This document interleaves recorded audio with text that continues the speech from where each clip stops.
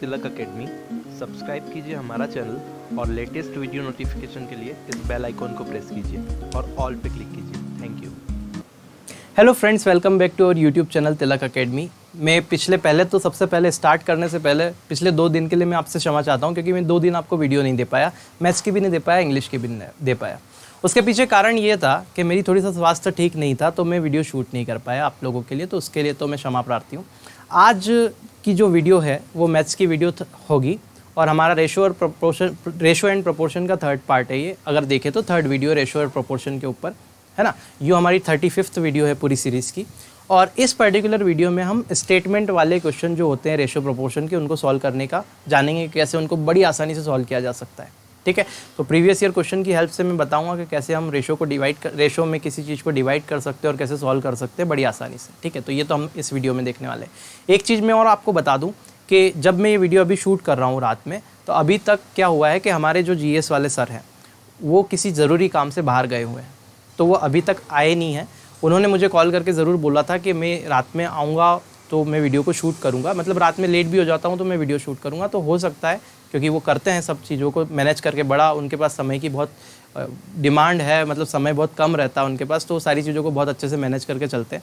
और उन्होंने मुझसे बोला भी सही, तो वो शायद हो सकता है आके अभी रात में शूट करें, तो प्रोबेबली आपको आज हिंदी और साइंस का वीडियो मिल भी सकता है और नहीं भी मिल सकता है। ठीक है, तो साइंस और हिंदी का वीडियो अगर आपको आज ना मिलता है तो आप बिल्कुल भी चिंतित मत होइएगा, कोई भी आप ऐसा कमेंट मत कीजिएगा, क्योंकि कल से आपको वो रेगुलर मिलने लगेगा वापस से। ठीक है, बात रही PDF की, तो अभी स्वास्थ्य का ठीक नहीं चल रहा था हम लोगों का, तो हम सब उसी चीज़ में लगे हुए थे। हमारी जो टीम है वो भी थोड़ा सा उसमें लग गई थी, वो थोड़ा सा दूसरे कामों में।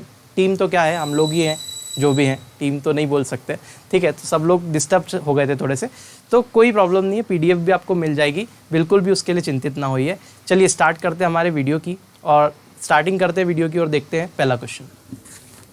देखिए क्या बोल के रखा है, एक 35 सेंटीमीटर रेखा को 3:4 में 2 खंडों में बांटा गया है।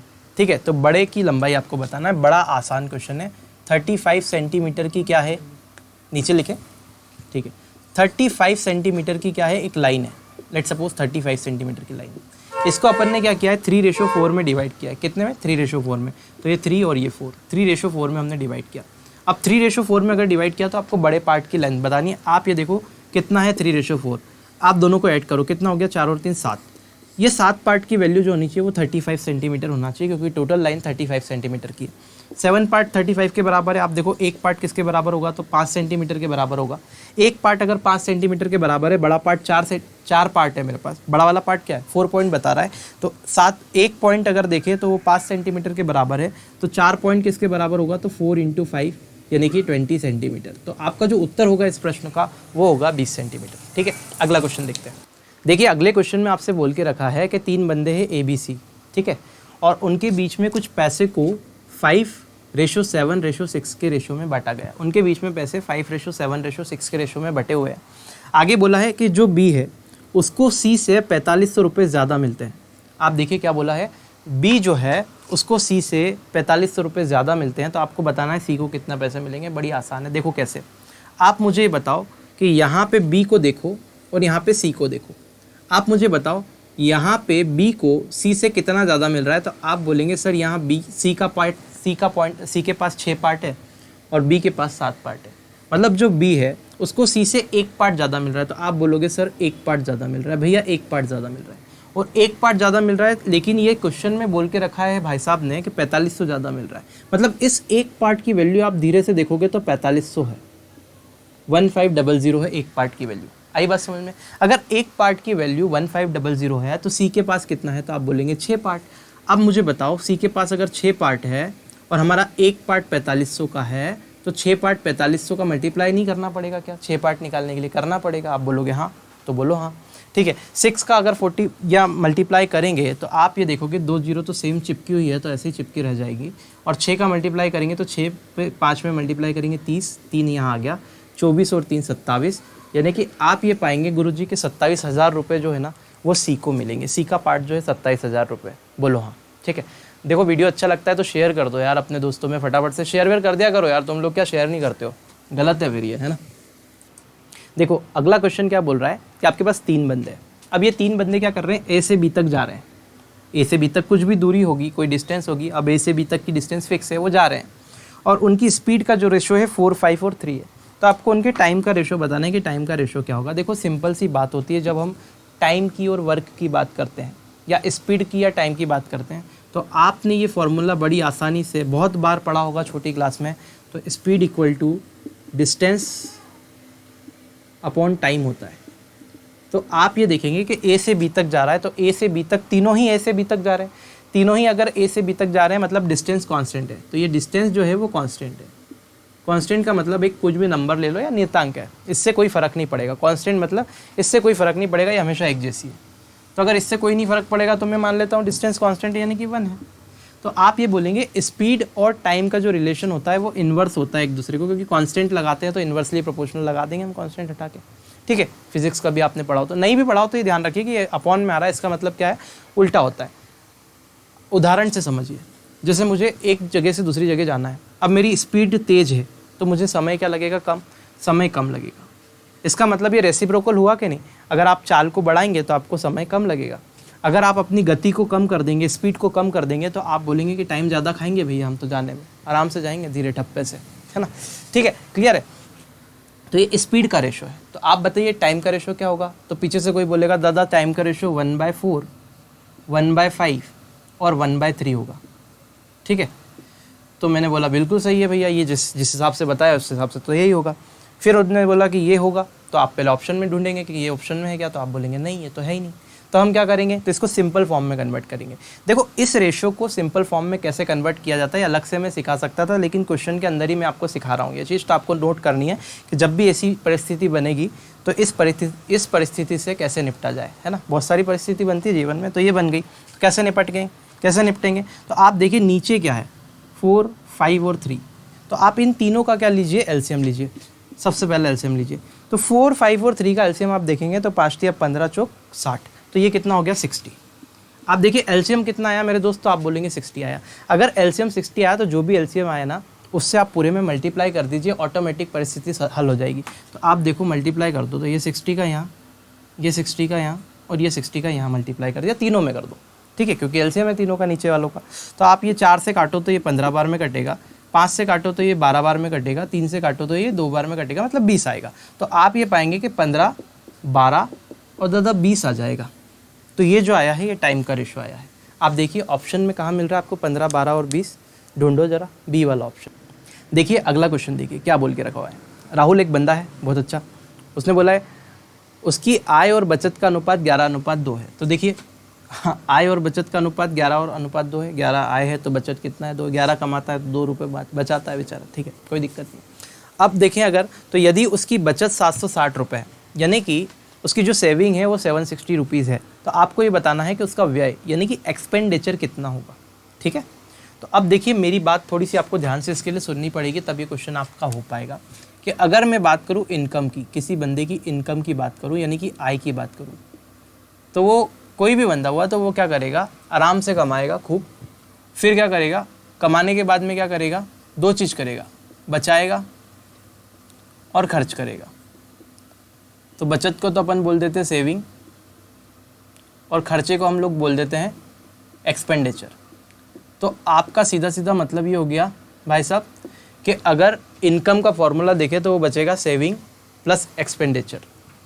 आय का फॉर्मूला देखें तो वो बनेगा कितना, बचत प्लस खर्च यानी कि व्यय, है ना, इसको व्यय भी बोलते हैं। बात समझ में आ रही होगी आपको कि नहीं आ रही है? आ रही है, ठीक है, बहुत बढ़िया, बोलो हाँ। ठीक है, अब देखो ये अपना पर्टिकुलर मैटर बन गया। तो ये इनकम इतनी है, सेविंग इतनी है, सामने वाला बोल रहा है कि जो सेविंग है वो 760 है, तो मैं बोलूँगा नहीं, सेविंग 2 पॉइंट है। अपने हिसाब से सेविंग कितनी है, 2 पॉइंट है, सामने वाला बोल रहा है 760 है, तो ये 2 पॉइंट की वैल्यू कितनी है, यहीं खींच देते हैं 760। अगर 2 पॉइंट की वैल्यू 760 है, दिखाई दे रहा है, ठीक है, तो 1 पॉइंट की वैल्यू कितनी होगी, तो 1 पॉइंट की वैल्यू जो है ना वो आप यहाँ से पाएंगे कि ये 1 पॉइंट की वैल्यू हो जाएगी कितनी, 2 से काटेंगे तो 2 या 6, फिर कितना आएगा, 1 बचेगा, 8 और 0, 1 पॉइंट की वैल्यू हो गई 380। अब मेरी बात सुनिएगा, आपको क्या करना है, आपको तो निकालना है एक्सपेंडिचर यानी कि व्यय।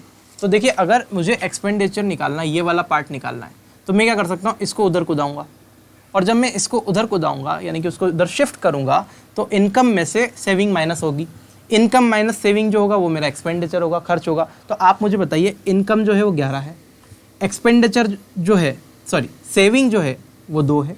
तो 11 में से अगर 2 में हटाऊंगा तो कोई भी बच्चा बोल देगा छोटा दूसरी तीसरी क्लास का पीछे से उठ के कि दादा 9 आएगा। ठीक है, मतलब 11 में से 2 घटाएंगे तो कितना होगा, 9 2 11, सुना होगा। ठीक है, तो ये 9 आएगा। तो ये जो 9 आया है ना मेरे दोस्त, ये 9 आपका क्या है, खर्च है, ये आपका व्यय है, एक्सपेंडिचर है। तो 9 पॉइंट की वैल्यू निकाल दो। आपको पता है 1 पॉइंट की वैल्यू 380 है, तो 9 पार्ट की वैल्यू निकालनी है तो 9 × 380 करना पड़ेगा। और जब आप इसको ऐसा करेंगे तो 0 तो ऐसी चिपकी हुई है, 9 से 8 में मल्टीप्लाई करेंगे 72 का 2 आ जाएगा, 7 ऊपर आ जाएगा। 9 से 3 का मल्टीप्लाई करेंगे तो कितना हो जाएगा, 27। 27 में जब 7 जोड़ते हो तो बचपन में हमें सिखाया गया था कि 34 बनता है। ठीक है, आपको सिखाया था, हाँ 34 ही बनेगा। तो 34 20 आएगा। और ये 34 20 आपके आंसर में अगर नहीं मिले तो क्या करोगे, तो भैया ये आया अपना 3420 और ये बिल्कुल करेक्ट है। मुझे भी रोक के थोड़ी देर चेक करना पड़ा, लेकिन ये बिल्कुल करेक्ट है, कोई दिक्कत नहीं है। तो ऑप्शन में आंसर नहीं है, तो ये आपको ये सपोज कर ये आंसर इसका सही है। ऑप्शन ये क्वेश्चन रिजेक्ट हो गया होगा, इसका नंबर फ्री में मिला होगा आपको। ठीक है, क्योंकि ऑप्शन में सही आंसर नहीं है। तो ऑप्शन का हिसाब से अगर देखें तो आंसर आएगा 3420। ठीक है, तो उसका उस क्वेश्चन का टेंशन मत लेना, वो बिल्कुल करेक्ट था। ठीक है, अब देखते हैं आगे। अब दादा आगे देखें तो एक क्वेश्चन आपको दे रखा है कि 1500 रुपये है, वो ABC 3 बंदे हैं और 1500 रुपये हैं, बताइए। ऐसी कंडीशन मतलब रेयरली होती है, तुमको पता नहीं ऐसी जब कंडीशन होती तो क्या बात बनती है, पता नहीं है। हिंदी वाले सर से पूछना, अपने बताएंगे तुमको। ठीक है, तो देखिए 1500 रुपये को ABC के बीच में अपने को बांटना है और इस प्रकार बांटना है कि A/B जो है वो 5/2 है, B/C जो है वो 7/13 है। ठीक है, तो आपको बताना है C को कितने रुपए मिलेंगे। तो मेरी बात सुनिए, AB और BC है। अब A/B जो है 5/2 है, B/C जो है वो 7/13 है। आपको ये बताना है कि जो C है उसको कितना पैसा मिलेगा। ठीक है, मुझे अभी भी हंसी आ रही है उस चीज़ को लेके, हमारे साथ इंसिडेंट हुआ है 1-2 बार क्योंकि।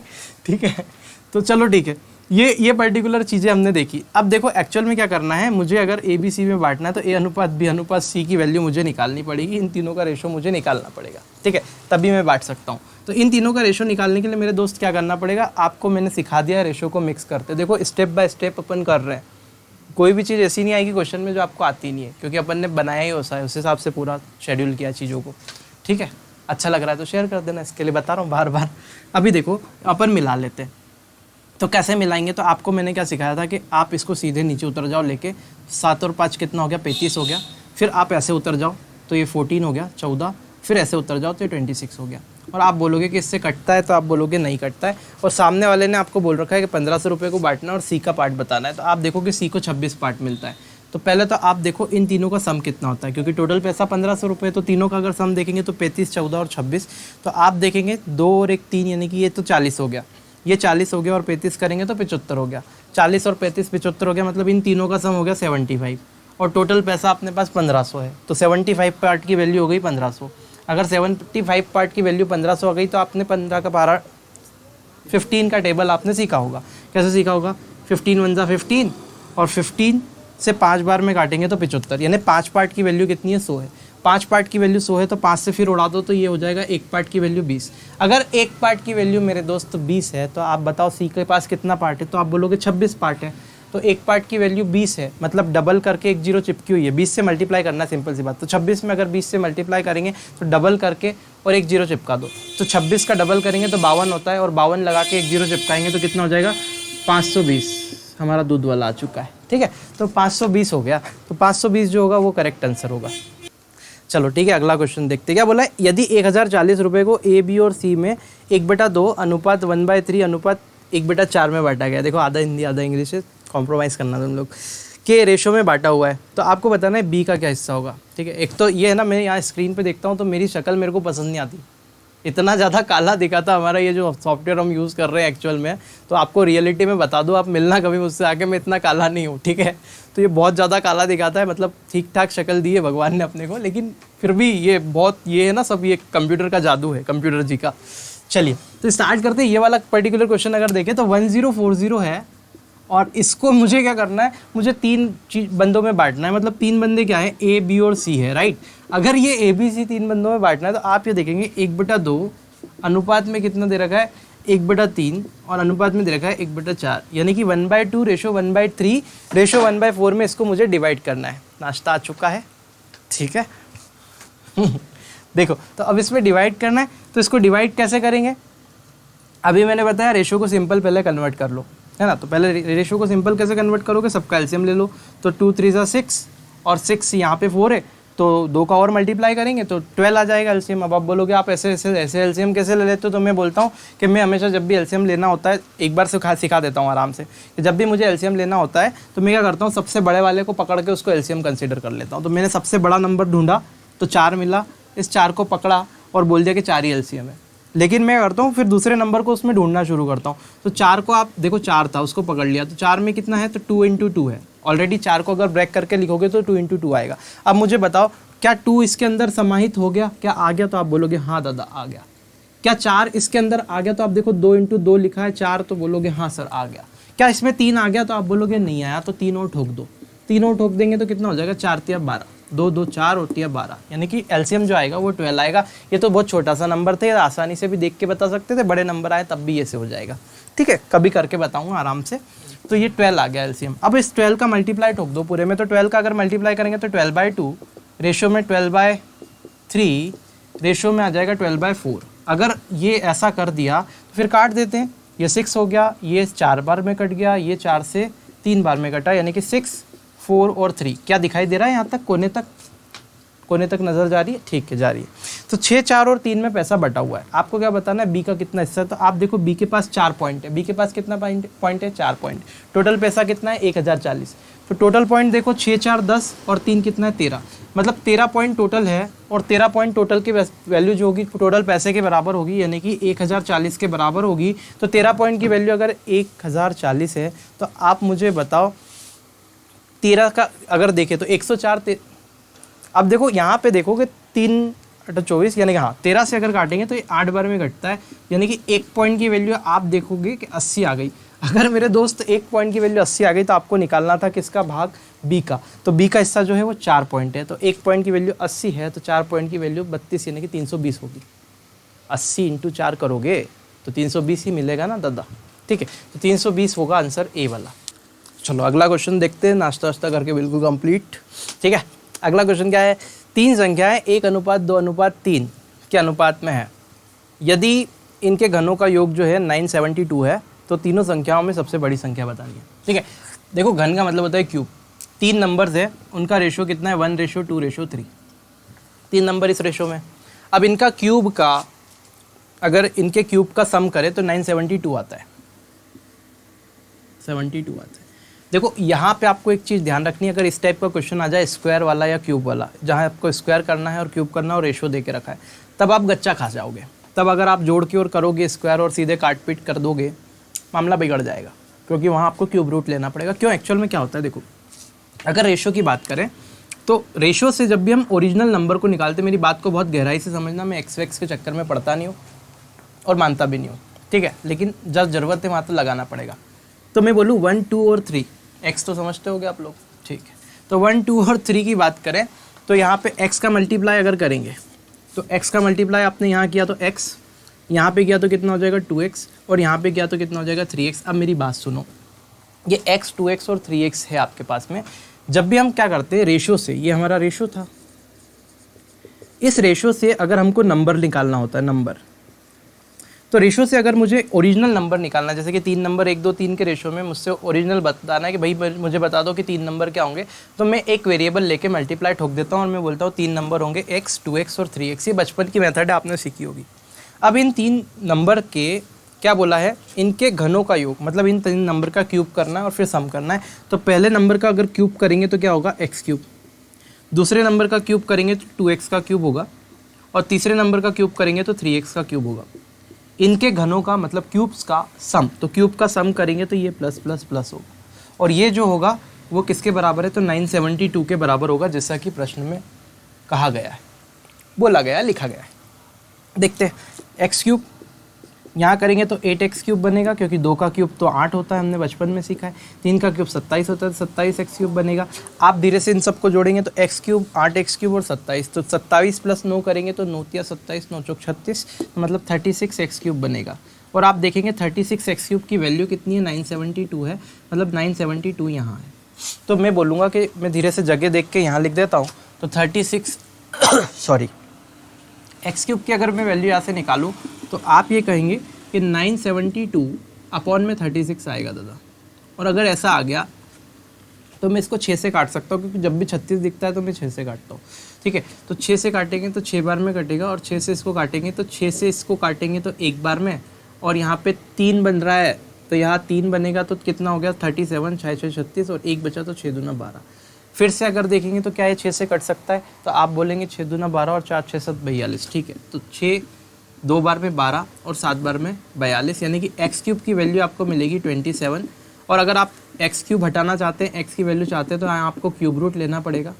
और जब आप क्यूब रूट लेंगे 27 का तो आपको मिलने वाला है 3। और जैसे ही आपको 3 मिलने वाला है तो एक्स की वैल्यू 3 है। आपसे बोला है सबसे बड़ी संख्या क्या होगी, तो वो 3x होगी, सबसे बड़ी संख्या 3x होगी।